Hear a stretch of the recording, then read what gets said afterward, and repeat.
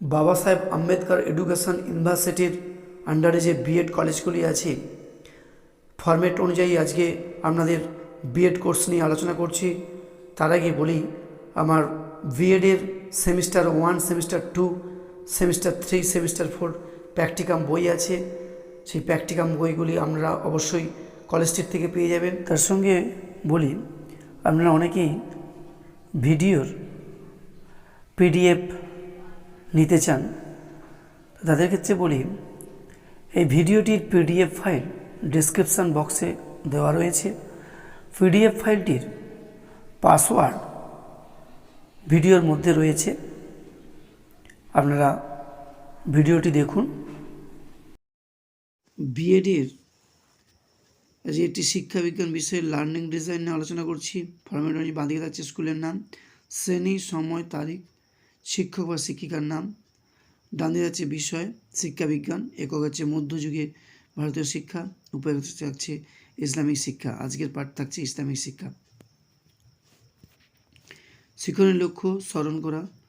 খ্রিস্টীয় দ্বাদশ শতকের শেষ থেকে ভারতের ইতিহাসের মধ্যযুগ বলে চিহ্নিত হয় শিক্ষার্থী তা জানবে।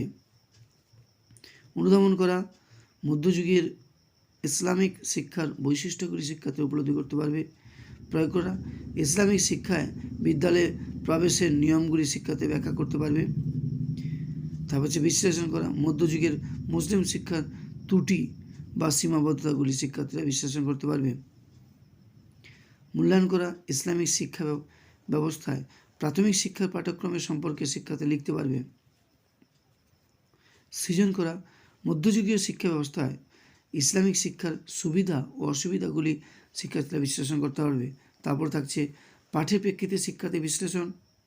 কোন সময়কালকে ইতিহাসে মধ্যযুগ হিসাবে চিহ্নিত করা হয়। তারপর থাকছে শিক্ষণ সহায়ক উপকরণের প্রস্তুতি ও নির্বাচন, পাঠ্যপুস্তক, রেফারেন্স বই, চক, ডাস্টার, ব্ল্যাকবোর্ড, চার্ট, চিত্র, মডেল। তারপর থাকছে শিক্ষণ কৌশল। বাঁ দিকে থাকছে শিক্ষণ ক্ষেত্র, ডান দিকে থাকছে প্রাসঙ্গিক কৌশল। শিক্ষণ ক্ষেত্রের মধ্যে ইসলামিক শিক্ষার বৈশিষ্ট্যাবলী ইসলামিক শিক্ষার বৈশিষ্ট্যাবলী সম্বলিত চার্ট দেখে শিক্ষার্থীদের বোঝাবেন। বাঁ দিকে হচ্ছে ইসলামিক শিক্ষার সীমাবদ্ধতা, ডান দিকে হচ্ছে ইসলামিক শিক্ষার ত্রুটি বা সীমাবদ্ধতাগুলি চার্টের মাধ্যমে শিক্ষার্থীদের বোঝাবেন। তারপর হচ্ছে মূল্যায়নের নকশা, যেটা কাজের পাতা বলা হয়েছে, যেমন শূন্যস্থান পূরণ করো। মধ্যযুগে মাদ্রাসা ড্যাশ ছিল শিক্ষার মাধ্যম। তারপর থাকছে একটি বাক্যে উত্তর দাও, যে মাদ্রাসায় পরীক্ষা পদ্ধতি কেমন ছিল। এখানেই সমাপ্ত করলাম লার্নিং ডিজাইন।